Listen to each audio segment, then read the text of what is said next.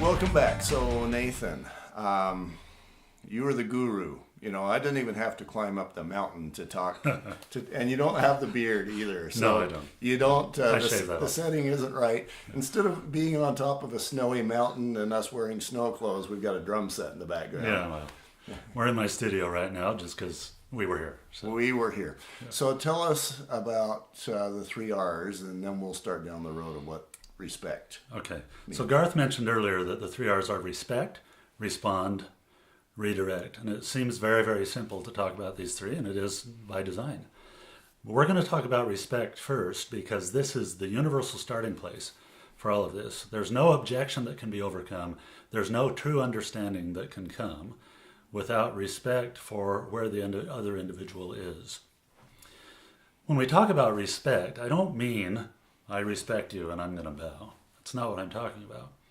Respect for other people is just a quality of humanity that we all ought to have, and we all ought to respect other people's boundaries, other people's upbringing, other people's culture, their feelings, their politics, everything else, right? You know, and I can tell that I'm going to use this example that I kind of brought up in the church setting as an example of how to do this, because again, it doesn't matter whether it's church or work or whatever, but this is the one where I actually used it. So in this case, this guy was being difficult. He had a bit of an attitude, and I think he wanted to prove he was in the room. Right. And I'm thinking if I would have ignored him and moved on, it would not have done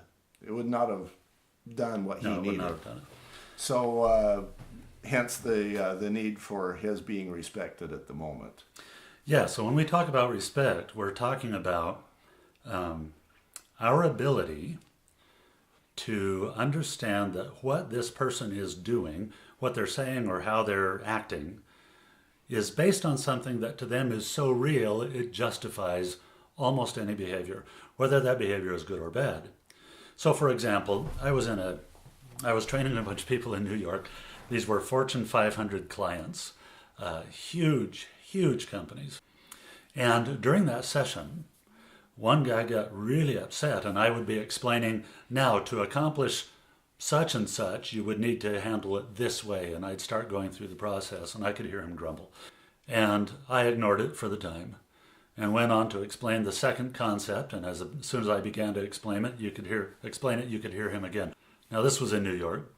People aren't super standoffish there. They kind of say what they think, right? New Yorkers, they're known for their manners and kindness. That's right, for tiptoeing always. Yes. So in the session, I let this go 3 or 4 times until it was starting to become annoying to the other people in the room. And a third time, I said something, and he started in again, and somebody said, "Would you shut up?" He said, "You shut up!" Another guy's like, "Both of you shut up!" I was ready for the fisticuffs to begin, right? He was impolite. It was improper what he was doing. He wasn't handling in a way that was helpful for him or anyone else. He was being a jerk. Here's the deal. Respect doesn't say, I respect that he's a jerk. Respect says, I have to respect that for him. Despite the way that he's acting right now, this must be so real and so compelling that at least subconsciously it justifies his current behavior. So I have to respect that this is real to him. And it doesn't mean he's justified. But the only way that I can handle that circumstance, the only way that I can actually respond in a way that's helpful and will resolve anything, is to begin there. And then, and this is probably the most important concept of all, I have to feed this person what he's hungry for. Yeah, and that's where it gets fun for me. So I'm thinking, I just passed, I don't want to say home, so I won't. And let's say that you're the realtor and you actually have one of those evil 6% commissions.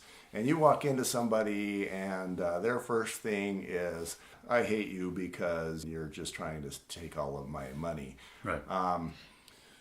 So the first response isn't, well, Henry sucks and X, Y, and Z, because that's not respect. No.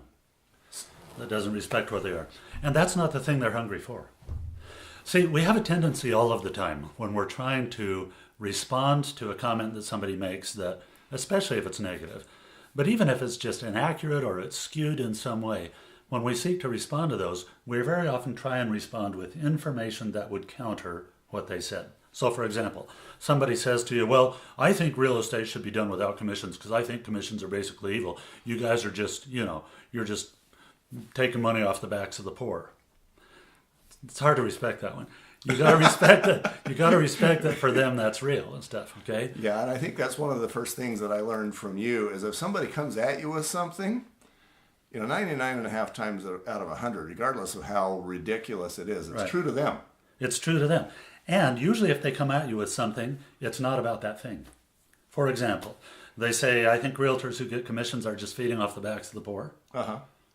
Responding by talking about, well, actually, we're not feeding off the backs of the poor because Uh-huh. that's not what they need. They're actually hungry for something else. So if we feed them a response to that's primarily information, that's not going to satisfy the hunger. Somebody comes in and says, I hate this countertop. I want granite counters. Only granite counters are good enough for me. If we talk about the difference between Corian and granite and Formica and everything else, that's actually not what they're hungry for. They're hungry to have a phone buzzing really loud. Really? That's what they're hungry for. No, so we have to feed them. We have to feed them what they're hungry for. In the case of somebody saying, realtors are just taking the shirt off the backs of the poor, whatever it is, right? Uh-huh. Feeding from the plates of the poor. What they're looking for is some sense of equity and justice and feeling like they're getting treated fairly. So if I talk to them about information, well, actually, statistically, that's not true because more homes sell. That's not really going to solve the problem. What they have to have is a response that feels to them like you respect where they're coming from and you understand what they're thinking, and you have a desire to treat them with fairness and equity and make everything come out right. That's what they're hungry for. So that's what you have to feed them.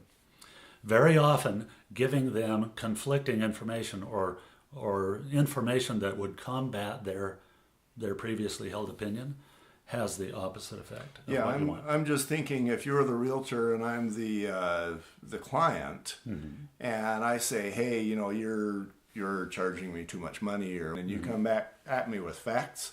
Now that's a sword fight. That's a sword fight. And if it's a sword fight, then you're the competitor, and I'm so much less likely to hire the guy that I'm doing battle with. We don't hire our antagonists very often.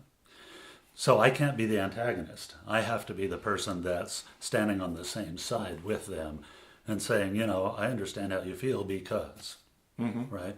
And we can talk about specific ways to do that. And if we had way more time, we'd go through some exercises. When I do live 2-day seminars, we do a lot of role play and a lot of exercises. But you have to figure out what it is they're hungry for. So let me go back to this example of the guy in New York. I had the option to not respond to him because he was being a jerk. I could have just kicked him out of the class. I could have just punched him in the throat. I didn't do either one of those things. But you did respond. But I did respond. I have to respond. Yes, you do. Because to not respond denies him the respect that this is real, right? That is true. I will tell you that when I responded, and I'll describe that in the next segment, I'll talk about how that response changed the tone of the entire situation. Awesome. Be right back.